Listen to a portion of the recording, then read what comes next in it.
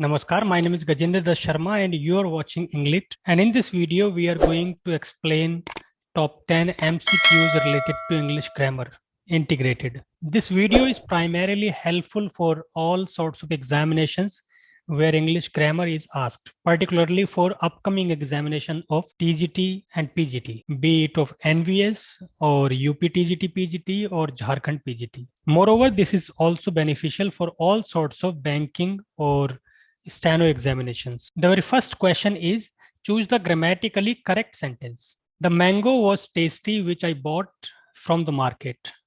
I bought a mango from the market which was tasty. The mango which I bought from the market was tasty. The mango that I bought from the market was tasty. Now first let us understand which options are incorrect. Examination में ये बहुत जरूरी होता है कि आप सारे options में से जो नहीं है उनका भी आपको रीजन पता होना चाहिए, जो है वो किस तरीके से ठीक है, why it is correct, why it is grammatically correct and why other options are incorrect. सबसे पहले ऑप्शन की बात करते हैं. The mango was tasty which I bought from the market. Which I bought from the market is a relative clause, और relative clause का rule आपको पता ही है कि वो अपने एंटीसीडेंट, जो कि नाउन हो सकता है, प्रनाउन हो सकता है, उसको रिफर करती है. Now look at this. Tasty, tasty is an adjective working as a complement. तो कोई भी एंटीसीडेंट कम से कम टेस्टी यानी एडजेक्टिव तो नहीं हो सकता, तो ये भी नहीं. Which I bought from the market, this clause clearly refers to mango. कोई भी क्लॉज, रिलेटिव क्लॉज पर्टिकुलरली किसी नाउन या नाउन फ्रेज को रिफर करती है, और हमें यहाँ पर दिख रहा है साफ ये जो रिलेटिव क्लॉज है वो मैंगो के लिए है. तो as a rule, in order to follow the rule of proximity, ये रूल बहुत इंपॉर्टेंट रूल है, रूल ऑफ प्रॉक्सिमिटी. यानी जो ग्रामेटिकल यूनिट जिस अदर ग्रामेटिकल यूनिट को रिफर करती है, मॉडिफाई करती है, क्वालिफाई करती है, वो उसके जितनी नियर रहेगी, जितने पास रहेगी, उतनी सेंटेंस के मीनिंग को क्लैरिटी दी जाएगी. जितनी वो वहां से दूर रहेगी उतना ही एम्बिग्विटी उस सेंटेंस में आ जाती है. तो ये सेंटेंस तो नहीं हुआ. I bought a mango from the market which was tasty. Again this clause seems to be referring to market. Market was not tasty. It was the mango that was tasty. So ये clause चाहे आप modified form में रखो इसको, ये refer करेगी सिर्फ mango को. I bought a mango which was tasty. तो ये भी नहीं हुआ. The mango which I bought from the market was tasty. अब यहाँ पे देख लीजिए, which I bought from the market clearly refers to this mango.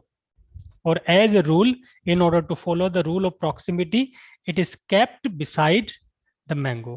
It modifies mango, it tells something about mango, और उसी के बिल्कुल पास में रखा हुआ है, तो उसका मीनिंग में भी क्लैरिटी है.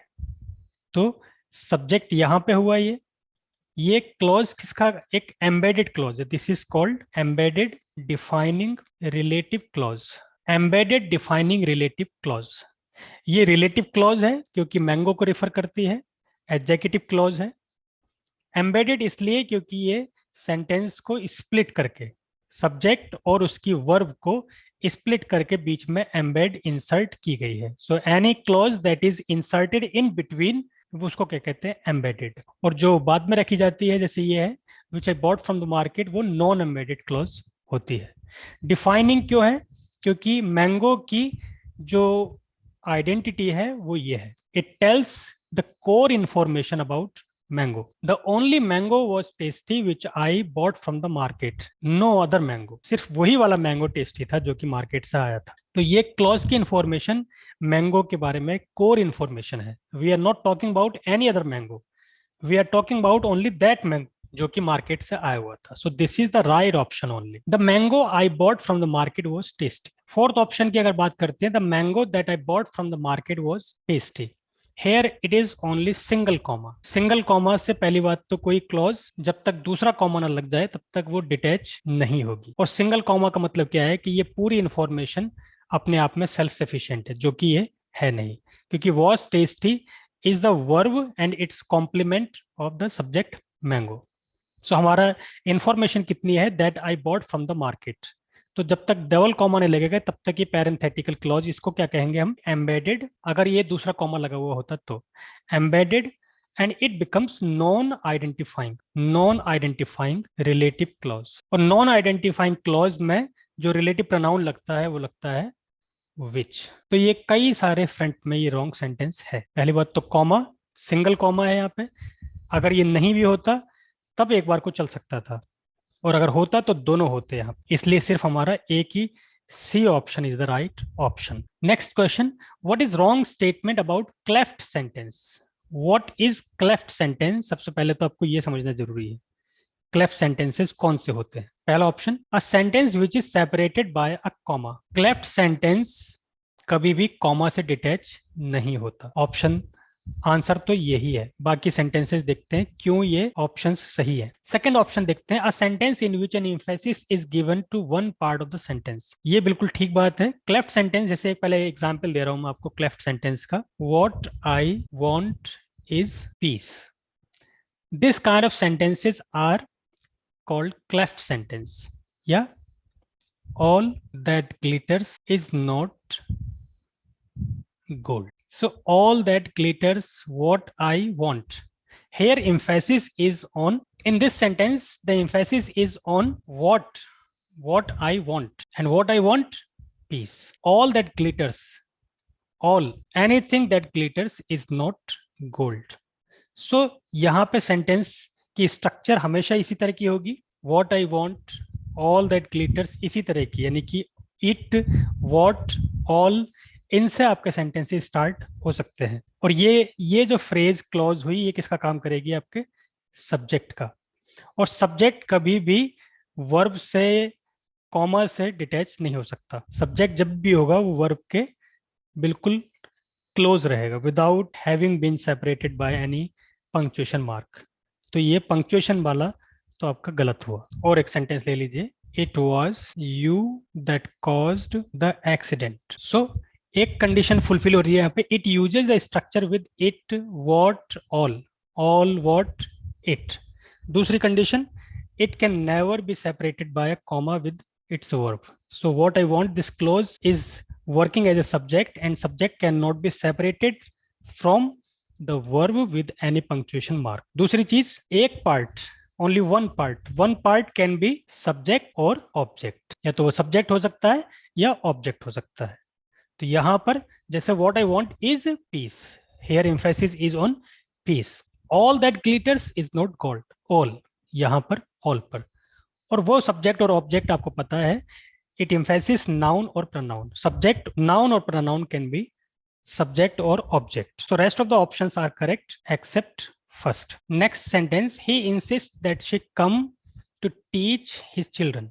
Identify the underlined word. ये सॉफ्टवेयर में अंडरलाइन होता नहीं है, तो underlined this word. We have to tell the grammatical status of this word come. Is it finite verb, bare infinitive, causative verb, or subjunctive? The answer is D. It is subjunctive. Subjunctive is a kind of mood of the verb, that is used in some specific structure. Specific structure क्या होती है? It is not governed by the number of the subject. Subject किसी भी number का हो, singular हो, plural हो, it remains the base form. और specific structure के साथ ये भी है, it is used in specific condition. कुछ ही कंडीशंस हैं जहां पे सब्जंक्टिव का यूज होता है। जैसे एक ये words, insists, recommend, suggest, and then that clause. Insist, important, if the adjective is used, important, it is important that, insist that. So in that clause जो वर्ब आएगी वो क्या आएगी? सब्जंक्टिव। इवन कंडीशनल सेंटेंसेस में subjunctive का use होता है। Second conditional में जो हाइपोथेटिकल सिचुएशन होती है, if I were a king, so were is not governed by this subject I. As a matter of fact I should be followed by was, but here it is were. He recommends that Ravi follow this order. यहां पे follow, यहां पे come. As a matter of fact it should be comes or some other auxiliary verb if that is so important. So auxiliary verb एक आ सकती है यहाँ पे, should use हो सकता है एक नॉर्मल स्ट्रक्चर में, लेकिन जब सब्जेक्टिव का यूज करेंगे so it will remain come irrespective of what the number of subject is. यहाँ पे सब्जेक्ट सिंगुलर है प्लूरल है उससे कोई लेना देना नहीं है, ये अपनी बेस फॉर्म में ही रहेगी। ऐसे ही यहाँ Ravi singular subject follow plural verb, तो ये सिंगुलर सब्जेक्ट ये एक तरीके से सब्जेक्ट वर्ब अग्रीमेंट का एक्सेप्शन भी है, वहां पे it is one of the exceptions as well. If I were, so were follow या इंसिस्ट के बाद में तो कुछ एक स्पेशल जगह ही होती है जहां पर सब्जेक्टिव का यूज किया जा सकता है, बाकी सारे सेंटेंसेस में नहीं आता। Finite verb is the main verb. Bare infinitive means infinitive without to, just like he saw me break the glass, so break is bare infinitive. And causative verb he made the horse run, so made something that causes something to happen. The subject does not do anything. He or she or they or whatever the subject is, it merely causes the situation, for something, for someone to do something. Just like he made the situation for the horse to run, उसने horse के साथ कुछ ऐसा किया that horse started running, तो ये causative verb है। When the agent or the subject causes some other person or the thing to happen, to do something, so वो causative है, cause से ही बना है, तो यहां पर ये आंसर आपका क्या है, subjective. Next sentence, which is or are correct, which of the option or options are correct? I don't believe you are innocent. I don't believe के बाद में एक that भी होना चाहिए था, ये क्लॉज आपकी as a matter of fact क्या होनी चाहिए थी, that you are innocent। लेकिन जब that का मीनिंग अपने आप में क्लियर होता है और उसके बाद में सब्जेक्ट दे रखा है, तो ये that ओमिट किया जा सकता है, इसको आप छोड़ सकते हो, ड्रॉप कर सकते हो, और उस सेंस में इसको क्या कहते हैं, इस क्लॉज को कॉन्टेक्ट क्लॉज। यानी you are innocent is an example of contact clause. Contact clause कौन सी होती है, या तो नाउन क्लॉज या फिर रिलेटिव क्लॉज, जो as a matter of fact that से शुरू होनी चाहिए थी, लेकिन क्लॉज का मीनिंग क्लियर होने की वजह से दैट को आप ड्रॉप कर देते हो। just like here you are innocent, so that is understood। अगर आप एनालाइज करोगे so that should be reflected, that should be focused, आपको that को मैनिफेस्ट करना पड़ेगा, लेकिन यहां पे वो चल जाएगा, तो ये एक सेंटेंस करेक्ट है। I believe not you are innocent, ये रॉन्ग स्ट्रक्चर हुई।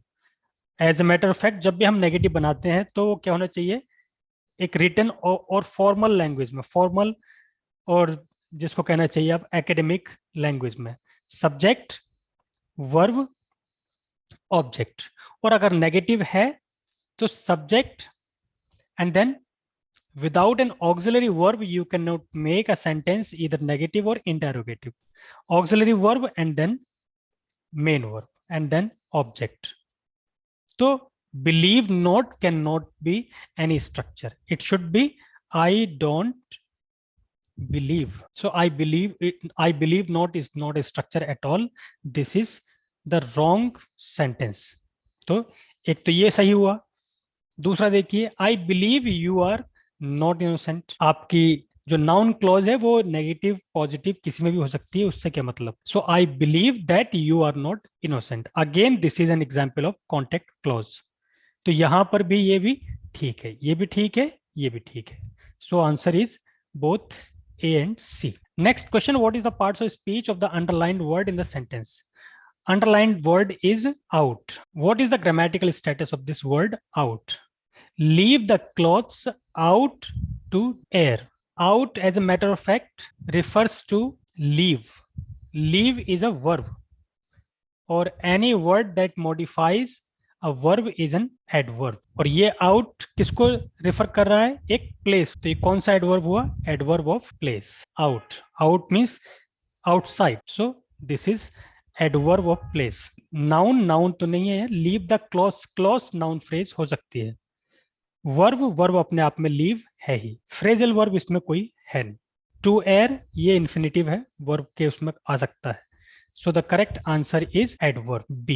Next question, rice is being sold 30 rupees a kilo, function of the underlined word। Here what is the function of this A? Is it definite article? Definite article is always the. Indefinite article, a or an. Adverb particle is used in phrasal verbs, just like look up. So look is a verb and then up is a particle, and here it is called adverb particle. Even in infinitive there is a particle. To go infinitive है इस, और इसमें to जो है it is not preposition, it is called particle. Go is verb. So an infinitive consists of a particle and a verb. ये भी आपको ध्यान रखना है. Here a is used as preposition. इसका मतलब क्या हुआ? पर किलो, पर केजी. पर अगर आप डिक्शनरी चेक करोगे तो पर की जो स्टेटस है, ग्रामेटिकल स्टेटस है, वो क्या होता है? preposition. So here, और कौन सा preposition है ये भी क्वेश्चन आ जाता है. It is called disguised preposition. Right answer is C. Next question. What is the function of that in the given sentence? I was that scared. I was that scared. I did not know what to do. अब देखिए, I was scared. Scared is past participle. Past participle works as an adjective. Adjective works as a complement. और this complement can be further modified by some intensifier. एक adjective के पहले कोई भी modifier intensifier हो सकता है. अगर किसी एडजेक्टिव के पहले कोई मॉडिफायर है या इंटेंसिफायर है, उसको इंटेंसिफायर की जरूरत है. एडजेक्टिव अपने आप में मॉडिफाइंग वर्ड होता है. So all it requires is intensifier. वो इंटेंसिफायर हमेशा क्या होता है? एडवर्ब.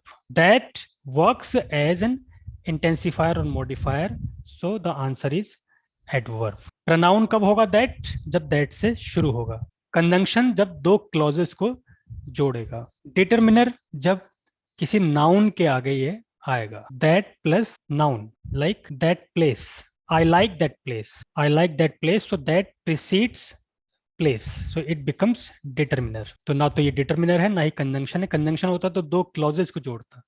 यहाँ पे क्लॉजेस को नहीं जोड़ रहा है. ये प्रोनाउन होता तो किसी क्लॉज का सब्जेक्ट होता. सो इसलिए answer is D. Next question. Which is और आर करेक्ट अबाउट क्लॉजेस? आपको मैच करनी है. The description matches this type of clause or not. If the subordinate clause tells something about noun or pronoun, something, any grammatical unit tells something about noun or pronoun. Basically we talk about noun. तो उसको क्या कहते हैं? Adjective. Only adjective can modify a noun or pronoun. और adjective को replace कौन कर सकता है? या तो एडजेक्टिव फ्रेज कर सकती है या एडजेक्टिव क्लॉज कर सकती है. एडजेक्टिव क्लॉज को ही क्या कहते हैं? Relative clause. तो this description matches this relative clause. Relative clause tells something about noun और प्रोनाउन. जो फर्स्ट क्वेश्चन में आपने देखा था, the mango which I bought from the market. So the clause which I bought from the market tells something about the mango. Mango is a noun. तो ये तो आपका सही हुआ. If subordinate clause is used either as a subject, object or complement, it is adverb clause. This is wrong statement. Now just जिस तरीके से adjective को replace adjective phrase या adjective clause कर सकती है, उसी तरीके से noun को भी replace क्या कर सकता है? noun phrase और noun clause. और noun ही सिर्फ subject का, object का और complement का काम कर सकता है. सो नाउन क्लॉज भी सब्जेक्ट का, ऑब्जेक्ट का, कॉम्प्लीमेंट का काम कर सकता है. So it should be noun clause. This is wrong statement. This does not, the description does not match the type of clause. If the subordinate clause tells something about the action in the main verb. Action अभी बताया था. Action is referred by verb. और verb को modify कौन करता है? Adverb.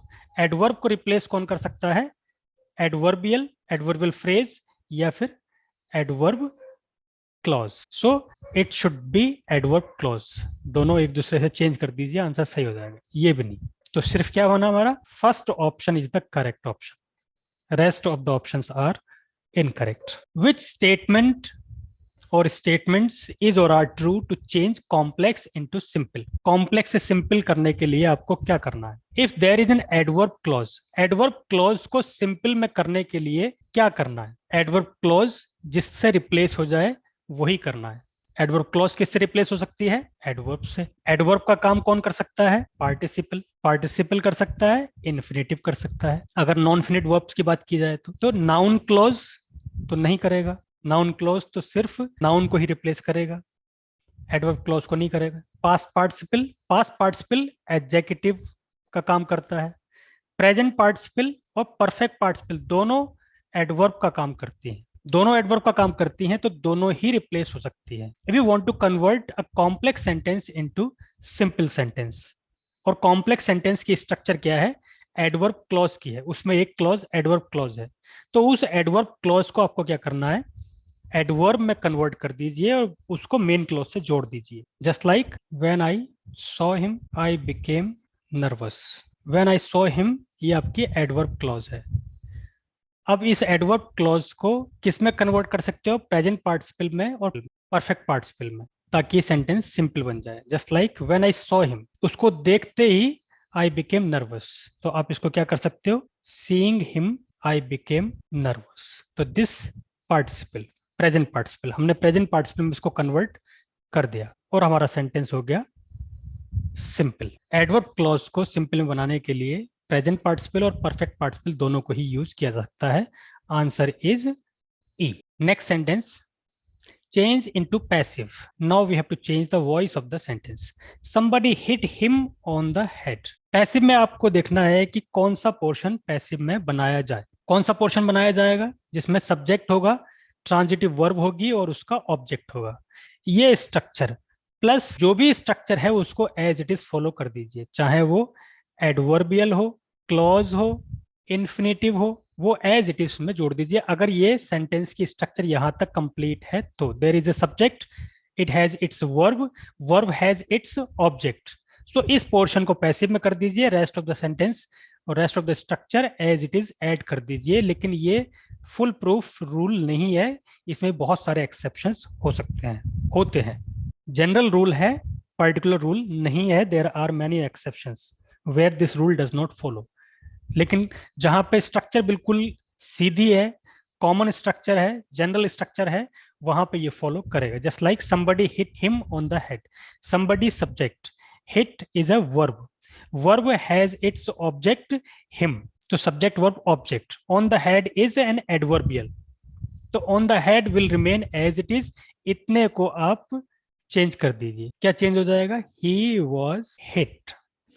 somebody is nobody, तो उसको by somebody लिखने की जरूरत है नहीं, सिर्फ क्या है, बाकी एडवर्बियल एज इट इज लगा दीजिए। On the head, he was hit on the head. कौन सा सेंटेंस इसमें? He was hit on the head, the very first sentence is correct. He is hit, क्योंकि ये somebody के साथ हिट है। यहाँ पे आप देख सकते हो कि somebody हिट, हिट तीनों फॉर्म में हिट ही रहता है, हिट हिट हिट। कैसे डिसाइड करोगे कि ये प्रेजेंट में या पास्ट में? somebody is singular, hit is plural, तो ये प्रेजेंट में तो होने सारा। somebody सिंगुलर में है और पास्ट में है। अगर ये वर्ब पास्ट में होगी तो पास्ट में फिर नंबर का कोई मतलब नहीं रह जाता। सिंगुलर प्लूरल किसी के साथ भी past form as it is रहेगी, तो इसको हम क्या मानेंगे? यहां पर पास्ट फॉर्म, तो पास्ट वाला ही इसमें अप्लाई करेंगे। He is hit on the head फिर उसमें नहीं चलेगा, ही वॉज हिट ही चलेगा उसमें, क्योंकि sentence is in past. He was hitted, hitted कुछ होता नहीं, हिट हिट हिट, तो ये भी रॉन्ग है। He has been hit, has been hit तभी करते हैं जब वो परफेक्ट में होता है, ये सिंपल प्रेजेंट में है, इसलिए first is the correct option. So that is all for now. Hopefully this video was able to clear your doubts regarding some of the rules of English grammar. We'll come back very soon taking yet another set of MCQs of English grammar. Till then, stay tuned, keep learning, stay motivated, and like this video, share it among your friends so that others are also benefited. And do subscribe to the channel so that you keep receiving these videos at the earliest. Thanks.